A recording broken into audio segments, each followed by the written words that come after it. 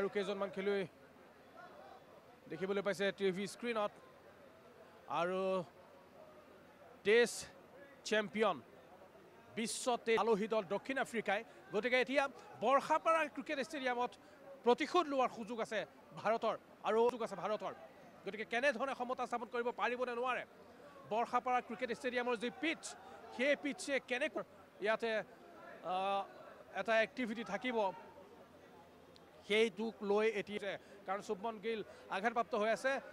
আৰু শুভমন গিল আঘাতপ্ৰাপ্ত হৈ থকাৰ কাৰণে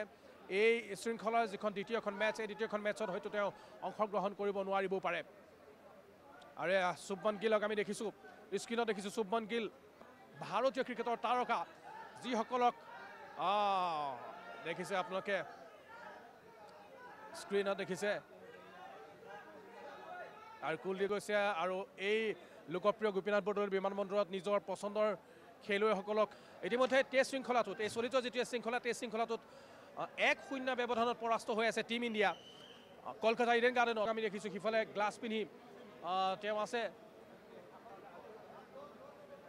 আৰু এয়াই হৈছে জানিব পাৰিছোঁ শুভমন গিল আঘাতপ্ৰাপ্ত